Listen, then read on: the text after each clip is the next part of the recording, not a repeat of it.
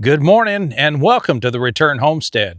My name is Mike and my wife Marty and I homestead 6 acres in northeastern Kentucky. Today we're back out in the garden. This is probably where we're going to be almost every day from now until, well, the snow falls again. This is really where we want to spend most of our time. We've been working on getting the beds put together. We've been putting the compost into the beds. Marty has already got some plants going. I'll have her tell you about all of those. But we're also starting to think about our long-term garden. So we want to get some perennials in the ground along with these annuals. So that's what I'm working on today. We're setting up some beds to put in strawberries and grapes, and we're also already gotten some blueberries into the ground. So before the storm hit, Mike and I put in blueberries. These got pretty burnt in the frost. I don't know if you can see that or not. And we still have clay that needs picked up. But we have a pond here, and Mike says we're losing one side, so he's got a new purpose for this. So we're kind of saving it. It's not our decorations. So here are our blueberry plants. They're coming back. As you can see, there's some green growth on them. The frost did not get them completely. We do have another frost coming at the end of the week, which is frustrating in the least bit because I'm wanting to get my peppers and stuff out, but here in Kentucky you can't do that until after Derby Day. In Nevada, the saying was you didn't plant tomatoes until all the frost or the snow was off a pea vine, which was a mountain there in the center of town. The Silkies are on a mission. This is where their finch used to be, and their whole mission for every day is to make sure no grass grows here, even though they have all of this grass.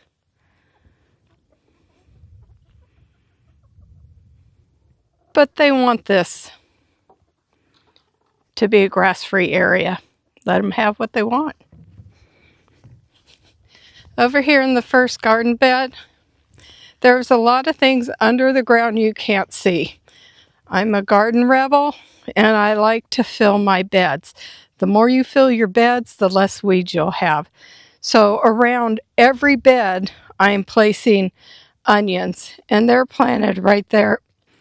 Onions help deter pests, and brassicas, cabbage, broccoli, kale, attracts the cabbage moth.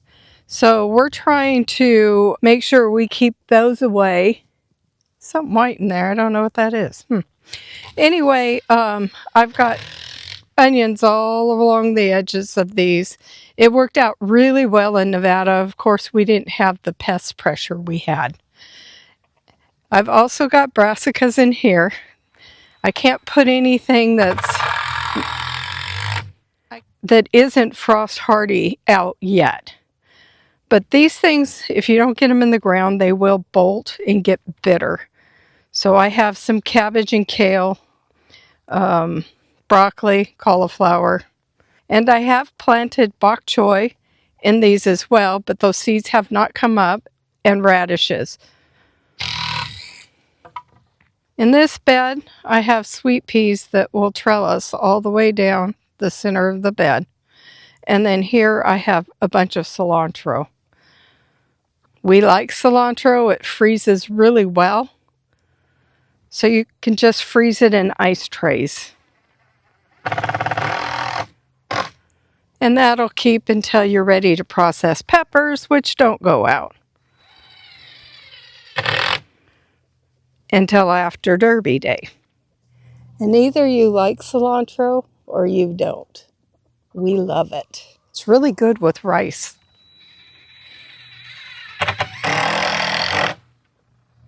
Here we have dill coming up, and I use a lot of dill in processing. And then planted in with this, I have some beets that haven't come up yet. So most of what I've got planted, you're not going to see for a while. But the plants that we do have look very happy.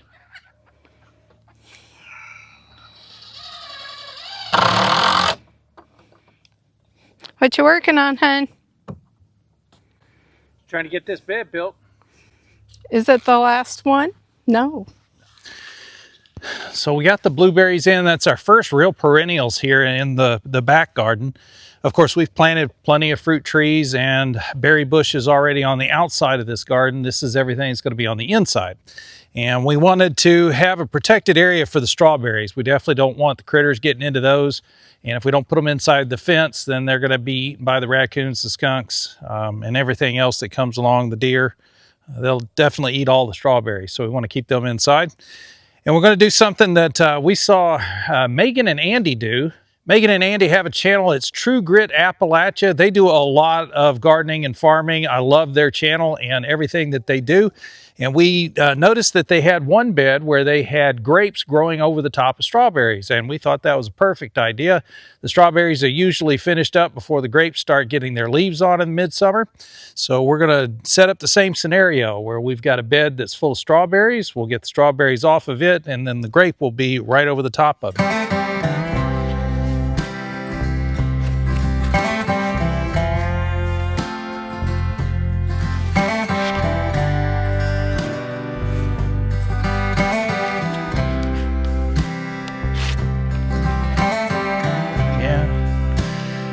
If y'all are going to work with this rough cut material, I recommend a long sleeve shirt for carrying these big boards around. It's really rough on the arms, especially when you try to set stuff down.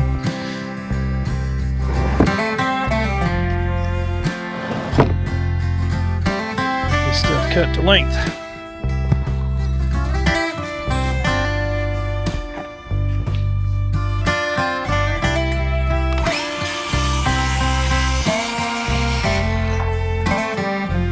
Definitely did notice with these rough cut boards, you want to make sure you're squaring up the end before you start taking measurements. These things are not square on the ends of the boards, so if you're using the rough cut lumber, pay attention to that.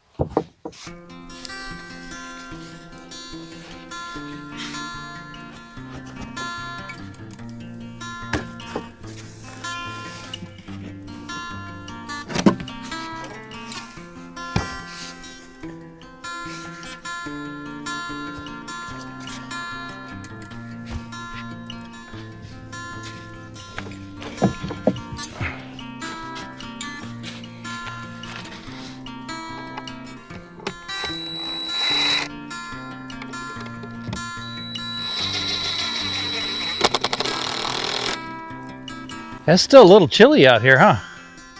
You know, the weather has been just a little bit strange and odd here lately. You know, we go from record high temperatures down to almost freezing again last night. This is just, well, it's a lot to take in all at once, and it's daily now that we get weird reports about something going on in the weather. So yeah, we were 88 degrees day before yesterday, and then overnight we got down to freezing, and that just doesn't make sense to me. Now I'm used to in the spring, you know, it's been warm during the day, it feels nice, you get up maybe into the low 70s, and it may get down into the upper 30s at night, but you don't have a massive, what is that, 50-degree temperature swing? You know, that's kind of crazy, guys. It's just an up and down cycle right now, and that's not how spring is supposed to go. It's supposed to be a steady warming trend as we head into summer. You don't want to help, huh? All right. So this is really the first time that we've had an opportunity to really focus on the perennials in the garden. Marty tried that on the last property. We were trying to get herbs in the ground that would come back every year and spread those throughout the garden. And we definitely put fruit trees all in the garden. So we were hoping to get all of that settled while we were there. And we ended up moving. So hopefully the next folks that bought the property are going to enjoy all those herbs that are out there. They'll certainly enjoy the fruit trees. And we'll reset. And that's kind of what we're doing here. And this is the last time for us. I think for a lot of reasons, probably primarily we're just tired of moving. We're not going to do a remodel and sell the property and move off to a better circumstance like we've done twice now already. That was the way we got to this property, and we're here now. We plan to stay here. So we want to make sure everything is solidly built out here in the garden, and we want to make sure that a lot of this is going to be here every year. The grapes, for one, you know, those grapes are going to take at least 4 years before we're going to see any kind of reasonable harvest off of them. And you have to plant them correctly in the first year and then tend them correctly over the next 3 or 4 years before you have a proper vine that can actually produce a lot of grapes for you. And the strawberries, they'll spread out, and we'll end up with, I don't know, out of a bed this size, we could probably get 4 or 5 gallons of strawberries easily. But it's going to take a few years to let them spread them out, and we won't see any kind of wonderful harvest this year, but by next year we should see lots of strawberries growing in here. And we want to be able to come out year by year and continue to collect a harvest. So it's another thing that we've noticed that, you know, folks comment to us all the time that it's expensive to do this gardening. And it is. You know, if you do only annuals and you let somebody else do all of your plant starts and you have to buy, you know, 1 cubic foot bags of soil to grow this stuff in, yeah, it gets real expensive real fast to do gardening. But if you'll make a capital investment up front and build a garden that is designed to last for many years, then you can get that harvest year after year after year. And when that accounts for 85 or 90% of your food budget, yeah, you're going to make your money back. You're going to get a return on your investment. Probably get it in the first year, just in health and happiness. You're going to feel a whole lot better spending some time out in the open and getting some sun on you, and all the exercise is certainly going to be good for you. And then you're going to top that off by eating a lot of really good, high-quality, nutritious food. Replace some of that garbage that they've been serving you from the grocery store. Ugh. Yeah, these chickens, they love playing in the compost. Well, the compost is primarily the bedding from their coop. So that's what we cleaned out of their coop after the winter was over. And they don't seem to mind much what it is. They're finding plenty of worms and bugs and all kinds of good stuff down in there, so they keep digging through it. But it's also some of the driest material out here. Everything else is pretty wet. So they keep trying to do dust baths in that. So I'm going to have to break off at some point and build them a proper dust bath.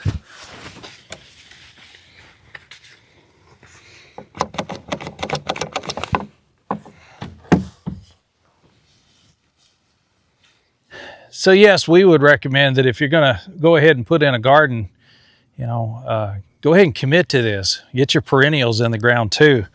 But start somewhere. If annuals is good enough for you and you just want to give this a try to see if you enjoy gardening, to see if it's something you would do on a weekly basis or often enough that you could have a successful garden, well then start small. Do something that's easily manageable. Just go get a 1 cubic foot bag of compost and cut a hole in the top of it and put a tomato plant in it. Seriously. That is gardening. You can do it inside of containers. If all you've got is a patio, then fine, go get you the largest containers you can put on your patio, fill those things full of soil, and get busy growing something. Grow potatoes, grow squash. Marty and I did that one year when we ended up in an apartment for an extended amount of time, and we had a balcony. And we weren't going to waste all of that good sunshine on the balcony. We had 2 containers out there, and we had a squash plant that just absolutely ate up the balcony. It was running off of the edges. We were having a hard time keeping it from going down to the neighbors. And yes, we harvested squash off of it, and we had good meals as a result of having that thing out on the balcony. So don't pass up any opportunity. There is some space that you have access to that has sunshine on it, and that space can be used to grow food.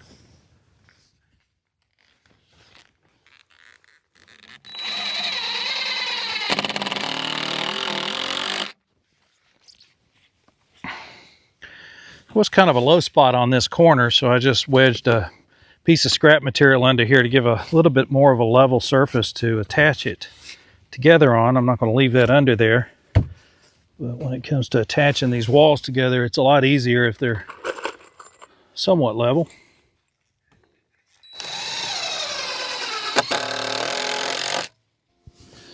Now we got to get it filled. When I look out the window, I only see my reflection. No memory crescendo,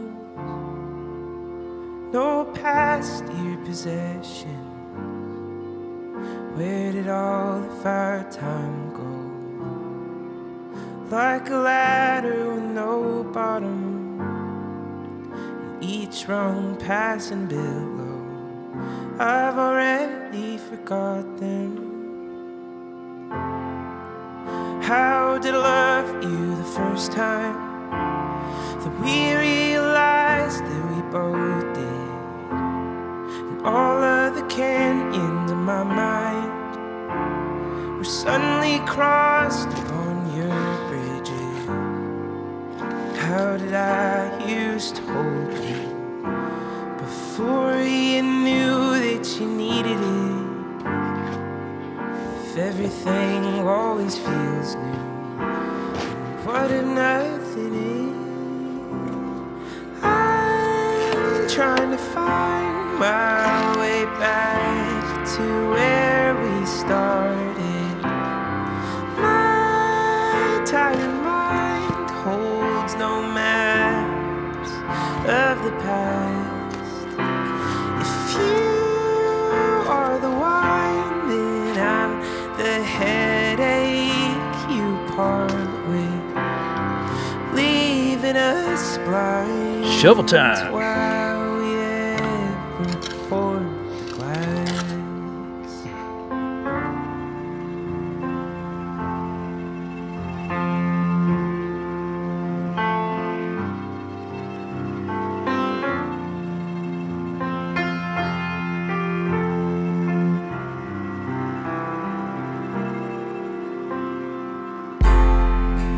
When the rain comes tomorrow and the sun peeks through small cracks, and I'll see you're an echo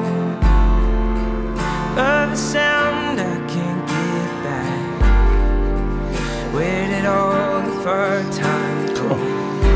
What is it that we don't know we're missing? There is no hope in photos. Which one am I planting first? This is the Concord. This is an Aronia berry. This is not a grape. Oh. Okay, well, we'll We're have planting Concord grapes, and we'll have to go get another grape. Yes, we will. We need to figure out what to plant or where to plant that one. All right, so we got the bed completely full. And now we've got to get the plants in the ground. We're planting a Concord grape in the middle of this one. We're going to get just a basic green table grape to plant in the other one. So we want to get this into the center. These need to grow up a post. And typically you would put a wooden post in the center that would help to support a trellis system.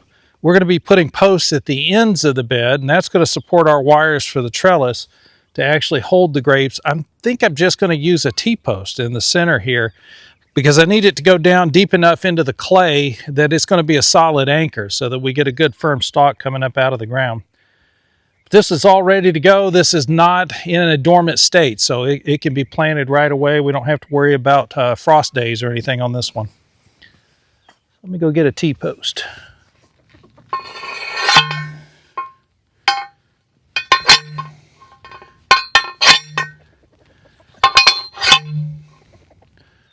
Marty's gone around and put strawberries around the edges of the bed.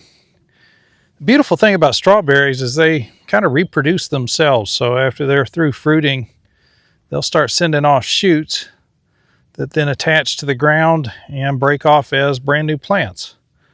So we can take this little bit of strawberries we just put in there and make lots and lots. Yeah. Within a couple of years, you've got more strawberries than you know what to do with, and you're trying to find new places to put them all. All right, so the grape is not so simple, though. You can't just stick that in the ground and it's going to propagate and do well. In order to get a good harvest off of the grapes, you do have to manage the vines correctly. There are lots of different methods. We're going to attempt a method, right? It takes 3 or 4 years to get the plant grown out to size. So step one is just getting it in the ground. And we are going to put it in the middle of this bed.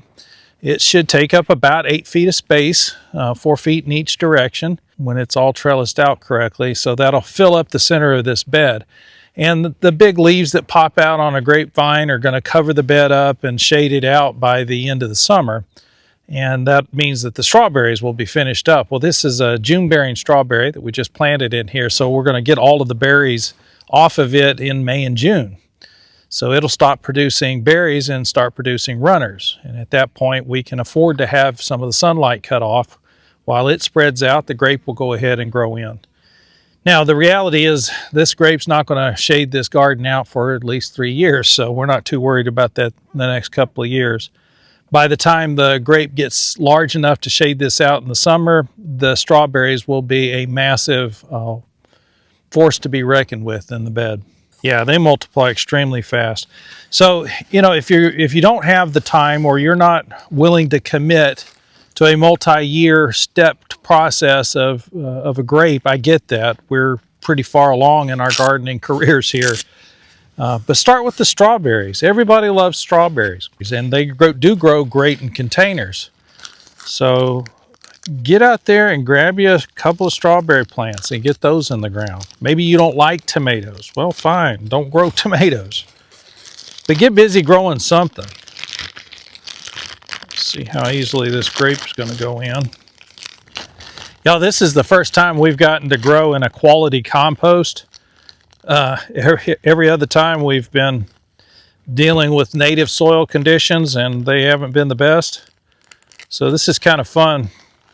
Planting stuff in this compost. It's a piece of cake.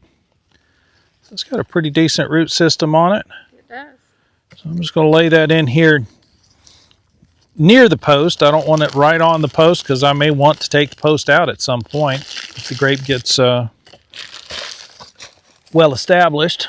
Chances are it'll get left in there.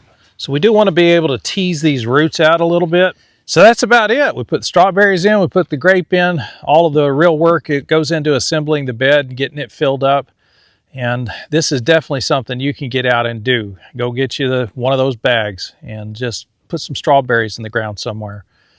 Let the strawberries do what they do. Watch them, take care of them as best you can. They'll produce more strawberries. You can see how this process works.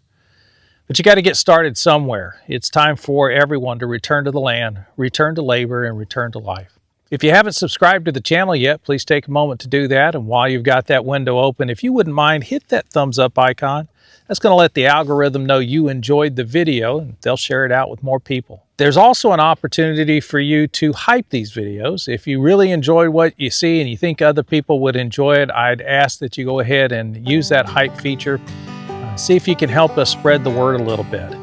Beyond that, please share this out on your social media. Let other people know about what we're doing out here. We really do want to see more folks getting involved in gardening and returning to the land, labor, and life. We'll see you next time.